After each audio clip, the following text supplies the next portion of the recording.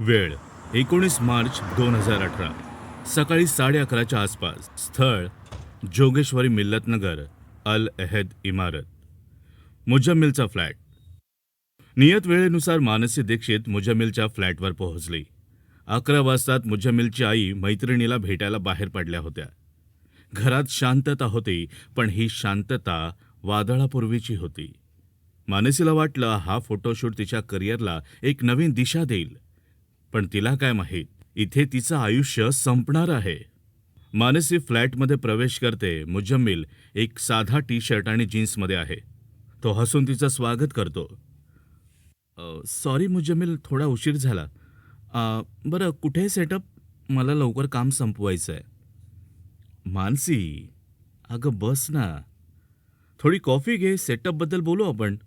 आणि हळूच मुजम्मिल मानसीच्या जवळ गेला आणि तिचा हात पकडला. मुजम्मिल, काय करतोयस तू? मी इथे कामासाठी आलीय, इतर गोष्टींसाठी नाही. लवकर मला सेटअप दाखव. मानसी, काम? अगं काम तर होईलच ना, पण अगं मला तुझ्यासोबत थोडं मानसी, मला ना वेड लागलंय तुझ्या सौंदर्याचं. तू किती बोल्डनेस यार. मला हवंय तुझा बोल्डनेस. मला सगळं हवंय. मला तू हवी आहे. Please please Mansi, please please एकदा. मुजम्मिल, काय करतोयस तू? आणि कोण समजतोस कोण स्वतःला तू? माझ्या करिअरचा आणि माझ्या शरीराचा वापर करण्याचा प्रयत्न करतोस तू? हे बघ मुजम्मिल, मी हे खपून घेणार नाही. खोटारडा, फोटोशूट म्हणतोस? तू माझ्या स्वप्नांना गिळायला बसलेला एक नाग आहेस. मानसीला धोका कळतो आणि ती दरवाजा उघडून बाहेर जाण्यासाठी वेगाने पळते. आपलं खोटं रूप उघडकीस आलंय हे पाहून मुजम्मिलला भीती वाटते. आता मानसी पोलिसांकडे गेली तर?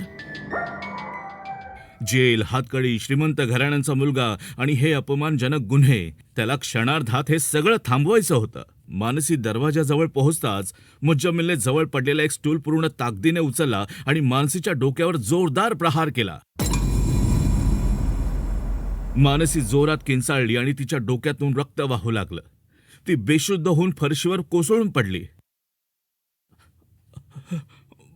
बापरे, हे मी काय केलं?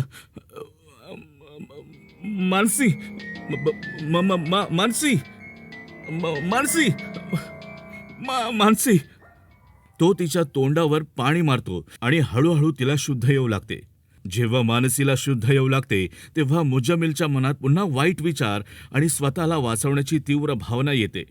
ती शुद्धीवर आली तर पोलिसांकडे जाईल आणि त्याला कोणताही धोका पत्करायचा नव्हता. त्याने घरात ठेवलेली कपडे वाळवण्याची दोरी आणली आणि मानसीचा गळा आवळला. तिचा शेवटचा श्वास आता थांबला होता. नाही, आई कधी येईल? मला मानसीची बॉडी लगेच कुठेतरी लपवावी लागेल. काय करू मी? सुटकेस. त्याने घरात असलेली मोठी सुटकेस ट्रॅव्हल बाहेर काढली. दोरीसहित मानसीचा मृतदेह त्याने सुटकेसमध्ये कोंबला. मुजम्मिलने सांताक्रूझ एअरपोर्टवर जाण्यासाठी ओला कॅब बुक केली. थोड्याच वेळात कॅब खाली आली. इमारतीच्या बाहेर ओला कॅब ड्रायव्हर कॅबमधून उतरला. साहेब, तुमचं ट्रॅव्हल सुटकेस द्या, मी ठेवतो आतमध्ये. तुम्ही? नाही, मी ठेवतो ना. म्हणजे तुमची मदत लागेल. ॲक्च्युली खूप जड आहे ना, यात मॉडेलिंगचं महागडे इक्विपमेंट्स आहेत. जरा मदत करा. ड्रायव्हरच्या मदतीने मुजम्मिल ती जड सुटकेस कॅबच्या डिक्कीत ठेवतो आणि दोघेही कॅबमध्ये बसतात आणि तिथून पुढचा प्रवास सुरू झाला. ड्रायव्हर, मला सांताक्रूझ एअरपोर्टला नाही जायचंय. मला मालाडच्या दिशेने घेऊन चल. मला एखादी मोकळी जागा असेल तिथे घेऊन चल. हां, ठीक आहे साहेब. काही वेळानंतर कॅब मालाड स्थित माइंडस्पेसच्या परिसरातील एका निर्जन जागी येऊन थांबली. मुजम्मिलने सुटकेस बाहेर काढली, ड्रायव्हरला पैसे दिले आणि त्वरित तो तिथून निघून गेला. आणि मुजम्मिलने ती सुटकेस तिथे सोडून तो परत घरी आला. घरी परतल्यावर मुजम्मिलने घरातील रक्ताचे डाग लगेच पुसून टाकले आणि तो आता निर्धास्त झाला होता. पण एका निष्पाप मुलीचा खून झाला होता हे त्याला माहीत होतं. वारंवार त्याच्या डोक्यात हाच प्रश्न चालू होता, जर कुणाला कळलं तर उद्या त्याचं काय होईल? आता पुढे काय होणार? सुटकेस मधील रहस्य पोलिसांच्या हाती लागणार का? मानसीचा मृतदेह जगासमोर येणार का? हे जाणून घेण्यासाठी ऐकत रहा या कथेचा दुसरा भाग, फक्त कथाकार कमलाकर या YouTube चॅनेलवर.